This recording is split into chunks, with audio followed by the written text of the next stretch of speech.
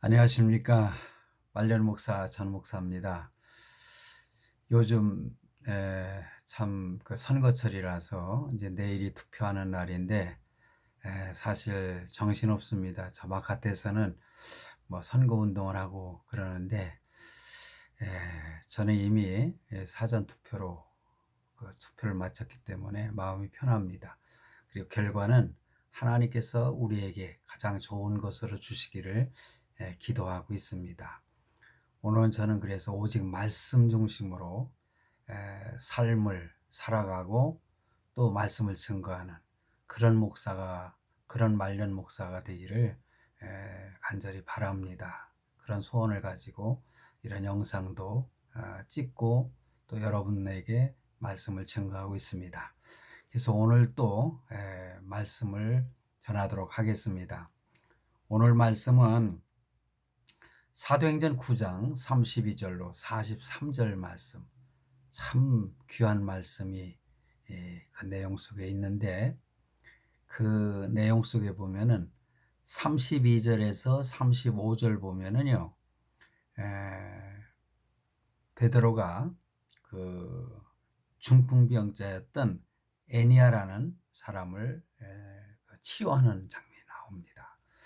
그리고요, 또 36절에서 마지막 43절에 보면은 도르가라고 하는 다비다라고 하고 도르가라고도 하는 이 여인이 죽었습니다.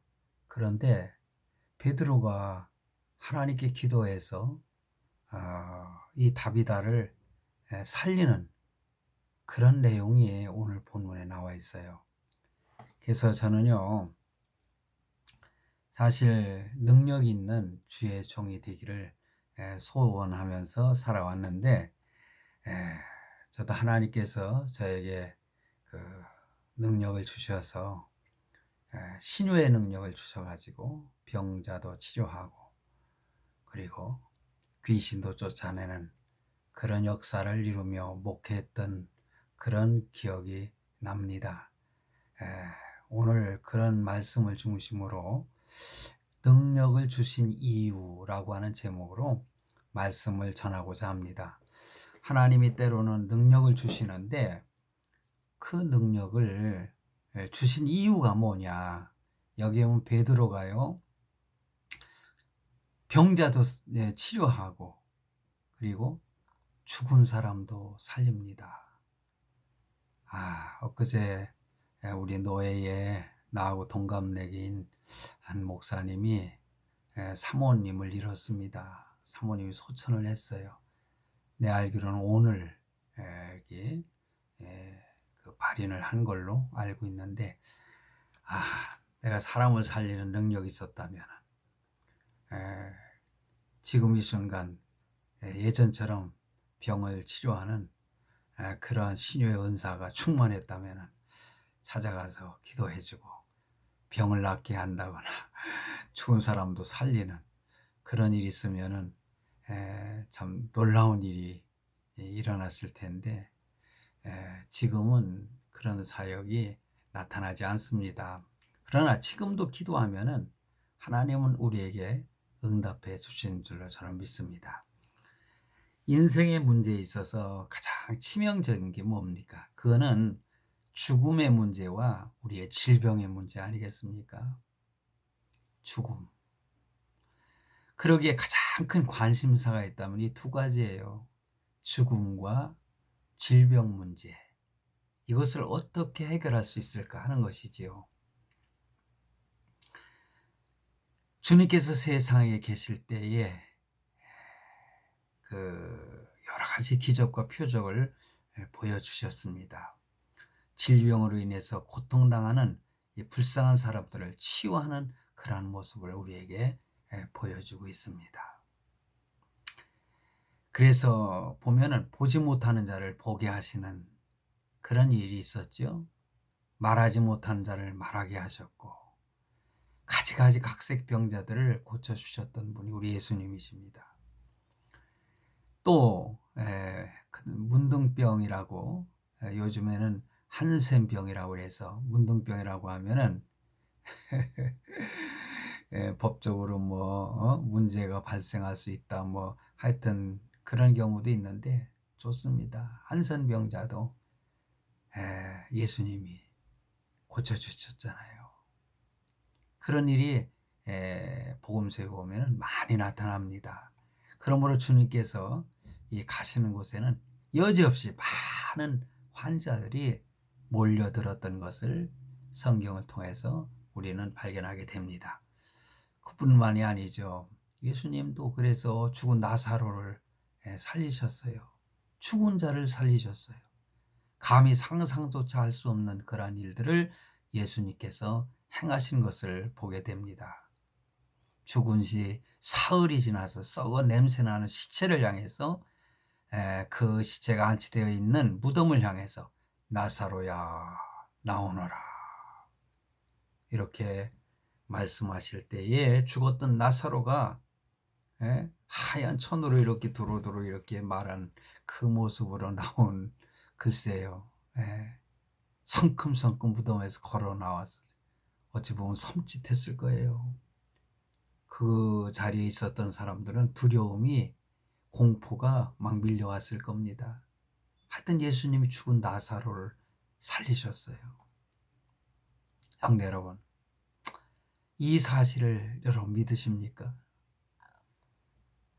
정말 하나님이 주신 믿음이 아니고는 믿을 수가 없죠. 그러나 우리는 이 사실을 믿습니다. 그러나 우리가 분명히 알아야 할 것이 있는데 예수님이 이 땅에 오신 목적이 무엇일까요? 이런 환자들만 죽은 자를 살리는 그러한 기적만 행하시려고 이 땅에 오셨습니까? 그렇지 않잖아요. 우리는 잘 알고 있습니다. 예수님이 친히 말씀하셨죠. 인자가 온 것은 잃어버린 자를 찾아 구원하러 오셨다. 잃은 자를 찾아 구원하러 오셨다. 죄인을 구원하러 오셨다고 그랬습니다. 불쌍한 죄인을 구원하시려고 영광의 하늘 보좌를 버리시고 낮고 천한 바로 이 땅에 오신 것입니다. 얼마나 감사합니까? 그러나 사람들은요, 하나님 말씀 또는 하나님의 나라에 대해서는 관심이 없고 너무 현실에 치우쳐 산다는 것이죠. 그래서 병을 치료해주고 오병이어의 기적을 통해서 먹여주시는 이런 빵 문제, 그렇습니다. 이 빵 문제 너무너무 소중해요. 참 며칠 굶고 도둑질 안 할 사람이 어디 있느냐 이런 말도 있지 않습니까? 장발장이 참 너무 배가 고파서 이 빵 하나 훔쳐 먹은 거 가지고 평생을 참 경찰에게 쫓겨다니면서 그렇게 살았던 것을 우리가 알잖아요. 먹는 거 너무나 중요합니다. 빵 문제. 그러니까는 사단이가 예수님을 시험할 때 이 빵 문제를 가지고 시험했잖아요. 권세나 이런 것도 하나의 시험의 요소가 됐지만은 어찌됐든 이 빵 문제가 우리 인간에게는 너무너무 중요합니다. 그런데 그런 것만 바라보고 예수님을 따랐던 사람들이 많이 있었잖아요. 제자들 중에도 그런 사람이 있었잖아요. 그러나 정작 십자가를 향해서 가실 때에는 그 많던 사람들이 다 흩어져 제 갈 길로 간 것을 우리가 잘 알지 않습니까? 제자들까지도요. 예수님 곁을 떠났어요. 한 사람도 따르지 않았어요. 그렇게 죽기까지 따라가겠다고 하던 베드로마저도 예수님을 부인하는 그런 일이 있었지 않습니까? 성도 여러분, 오늘날도 이와 같은 현상이 벌어지고 있습니다. 누가 병을 치료해 준다. 그러면은 그냥 사람들이요 구름대처럼 몰려가요. 영혼 문제보다는 질병을 치료받겠다고 하는 한 가지 소원을 이루기 위해서죠. 얼마든지 이해할 수 있는 일입니다. 영혼 문제보다 현실적이니까요. 육신의 질병을 치료하겠다던 그 열정, 그거를 우리는 무시할 수는 없습니다. 누구도 말릴 수가 없는 것입니다. 또한 성경 속에 나타난 이 내용을 보면은 치유 사건이 얼마나 많습니까? 질병 문제, 죽음 앞에 질병 때문에 가는 거 아니겠어요? 뭐 생로병사라고 하는 뭐 불교의 가르침도 있습니다만은, 자, 우리 하나님 또한 치유의 하나님이셨잖아요. 고통스러움에 빠져 있는 인간들을 치유해 주시는 거예요. 그러나 사단은 참으로 얄미울 정도로 지혜로워서 이와 같은 사람의 심리와 형편을 너무나 잘 알기 때문에 사람을 유혹하고 있습니다. 그리고 눈을 멀게 합니다. 그래서 진리보다는 나타나는 현상에만 치우쳐서 어두움에 빠져버리게 만드는, 그게 사단입니다. 그리고 사람을 신격화하여 하나님으로 착하게 만들고 하나님의 영광을 가로채게 만드는 그러한 일들, 사람이 하는 것 같죠? 이만희 같은 사람들이나 뭐 문선명이나 박태선이나 다 이 사람들 신격화된 사람들 아닙니까? 북한에서는 김정은이도 그렇고 김정일도 그렇고 김일성이를 신격화해가지고 완전히 하나님처럼 군림하지 않습니까? 그런데 그 뒤에는 그 인간 자체가 그렇게 하는 것이 아니라 사단이가 그를 사로잡아가지고 그렇게 만드는 것입니다. 그래서 그런 말도 있잖아요. 뭐 죄는 미워해도 사람은 미워하지 말아야 된다. 글쎄요. 저는 그 말이 난 100%라고는 하지 않습니다. 사단이가 그를 악하게 만들고 군림하게 만들고 이 사람들을 현혹하는 이 사단에 의해서 그런 일들이 벌어지는 겁니다. 자, 저도요, 능력 있는 목사가 되고 싶었어요. 제 친구 목사 하나는 강소사 때 참 목사 안수 받기 전에 능력 받아야 되겠다고 40일 금식 기도 하고 나서 세상을 떠난 친구가 있는데 너무나 안타깝죠. 능력이 무엇이길래. 근데 하나님께서 베드로에게 능력을 주셨어요. 뭐 사도 바울도 그랬지 않습니까? 사도행전 보면은 두 사람의 내용이 너무나 비슷하게 나타납니다. 오늘 본문에 나타난 내용을 본 두 가지 큰 역사가 있잖아요. 제가 성경 구절을 읽지 않고 내용을 말씀을 드린 것처럼 바로 중풍병으로 8년이나 고생하던 애니아라는 사람을 고치지 않습니까? 그뿐만이 아니죠. 욥바에서는 병들어 죽은 다비다라는 여제자를 위해서 베드로가 기도한 후에 시체를 향해서 다비다야, 다비다야 일어나라. 예수님처럼 나사로야 나오너라.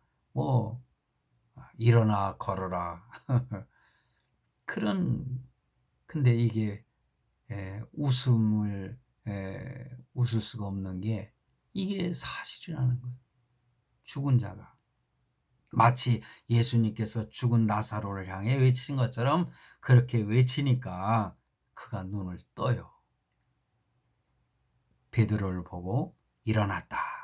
그런 내용이 오늘 본문에 나타납니다. 할렐루야. 정말 할렐루야죠. 놀라운 일이 아닐 수 없습니다. 죽은 자가 살아나는 것입니다. 오늘 본문이 아니더라도 베드로는 병자를 기적적으로 치유한 일들이 많이 있습니다. 여러분들 뭐 사도행전 3장에도 그런 내용이 나타나고요. 뭐 아나니아와 삽비라가 참 성령을 속일 때에 그에게 사형 선고까지 내리니까 죽었잖아요. 예? 그런데 오늘 본문에서는 죽은 자도 살렸지 않습니까? 베드로는 예수님을 따라다니면서 야이로의 딸과 나사로를 살리신 예수님의 능력을 뚜렷이 기억하고 있었기 때문에 그것에 대해서 확신을 가지고 하나님께 기도하고 예수님처럼 외쳤을 것이라고 나는 생각을 해요. 그러므로 오직 예수님의 능력을 의지하고자 주위 사람들을 이렇게 물리치고 먼저 하나님께 기도했지 않습니까? 베드로가. 그리고 확신을 갖게 됐고 마침내 다비다를 살리는 놀라운 역사를 일으켰습니다. 주님이 말씀하셨습니다. 할 수 있거든이 무슨 말이냐. 믿는 자에게는 능치 못할 일이 없느니라. 할렐루야. 그렇습니다. 아멘. 성도 여러분, 베드로에게 주셨던 능력을 오늘 저와 여러분들에게도 넉넉히 주실 수 있음을 믿으시길 바랍니다. 하나님이 주십니다. 오늘 우리가 기도할 때에 하나님께서는 이와 같은 능력을 주셔서 주님의 사역을 감당하도록 하신다는 것을 우리는 잊지 말아야 됩니다. 하나님의 능력은 한도 끝도 없는 것입니다. 오히려 사람들이 부인하기 때문에 하나님의 역사가 나타나지 않는 것입니다. 하나님의 기적이 나타나지 않는 것입니다. 의심 없이 믿고 기도할 때에 하나님께서 이와 같은 능력을 주셔서 주님의 사역을 감당하도록 하시는 것입니다. 의심 없이 믿고 기도할 때에 하나님은 주십니다. 그런데요, 이 주신 능력을 왜 주셨는가? 복음을 위하여 사용하라고 주신 것입니다. 예수님께서 왜 병자를 치유하셨으며 또한 죽은 자를 살리셨을까? 이러한 질문의 대답은 명확합니다. 영혼을 구원하시고자 하셨고 이 이적을 목격한 사람들이 하나님께 돌아오도록 하기 위해서 능력을 주신 겁니다. 능력을 과시하거나 이로 인해 세상에서 대접을 받고자 하신 것이 아닙니다. 내 믿음이 너를 구원하였느니라, 이렇게 주님의 선언이었습니다. 우리도 절대 하나님의 이 이적을 부인하지 않지 않습니까? 병자가 치유받았다 했을 때 우리는 그 사실에 대해서 조금도 의심하지 않습니다. 왜 그렇습니까? 이 부족한 사람에게도 한때는 그런 때가 있었어요.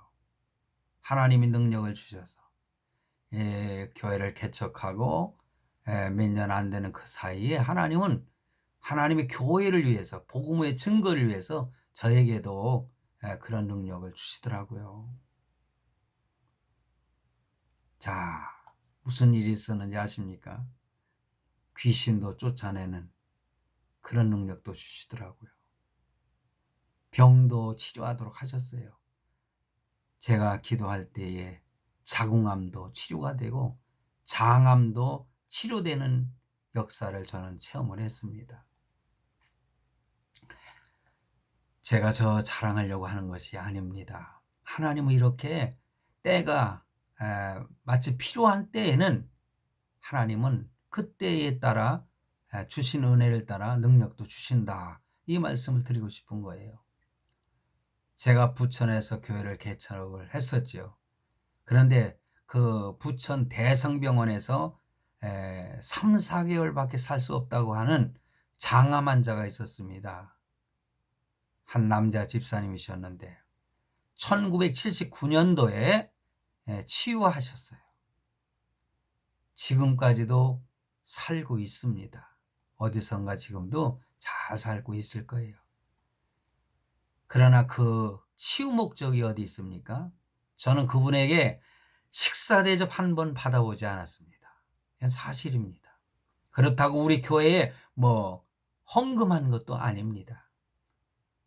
이웃교회에 있었어요. 나중에 그 이웃교회에 가서 봉사를 잘 했을 겁니다. 헌신하며. 저는 치유된 사실만 감사했어요. 우리 교회에 한 번 와서 자기가 암덩어리를 변으로 다 함께 쏟아버렸던 그 암덩어리를 알코올병에 넣어가지고 와서 간증 한 번 한 사실밖에 없습니다. 하나님께 영광 돌리는 일밖에 없었습니다. 왜 그렇습니까? 내가 치료한 것이 아니잖아요. 하나님이 치유하셨습니다. 하나님께서는 베드로에게 왜 능력을 주셨느냐? 자기 자랑하라고요? 과시하라고요? 그걸 가지고 돈 벌어 먹으려고요? 그 당시에 사단에게 저는 속을 뻔했어요.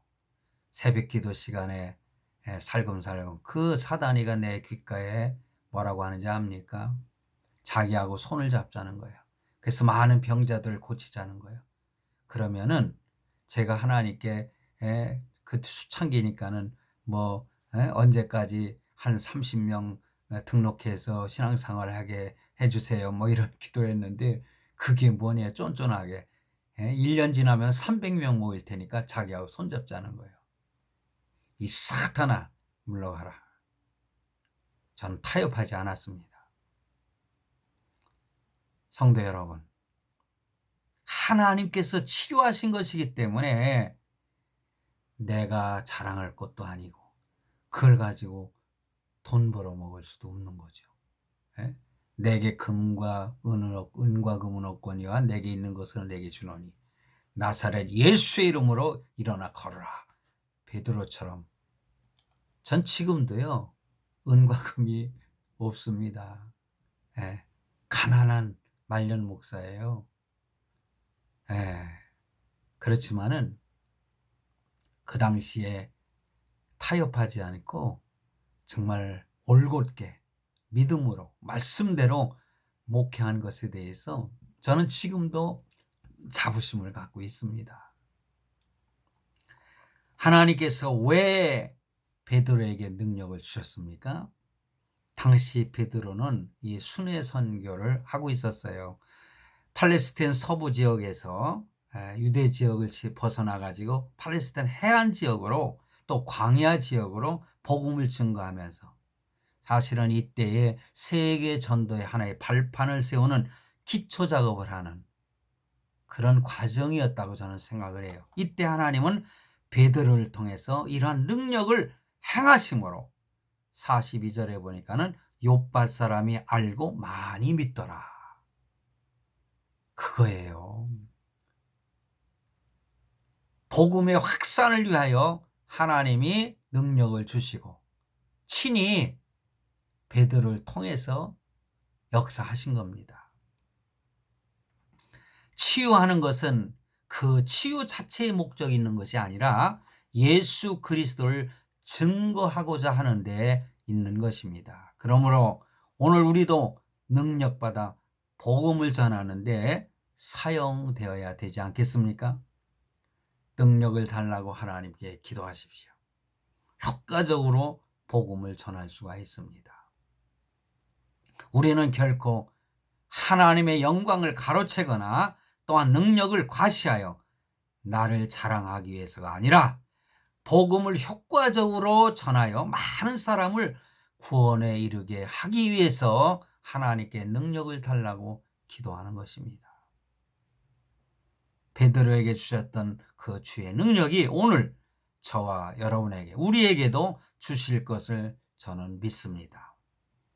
어느 특정인에게만 주시는 것이 아니라 주를 믿는 무슨 목회자들에게만 주는 능력이 아닙니다. 일반 성도들에게도 동일한 능력을 하나님은 주시는 것입니다. 일반 평범한 성도들의 믿음과 무슨 목사의 믿음이 질이 다르지 않아요. 똑같은 믿음이에요. 경중이 있을 수가 없습니다. 그냥 맡겨주신 사역이 이것이냐 저것이냐 그 사명이 다르기 때문에 그런 것입니다. 능력 있는 성도들이 되시기를 바랍니다. 오늘 여기까지 말씀을 전해드리겠습니다. 늘 평안하시기를 주의 이름으로 축원합니다. 감사합니다.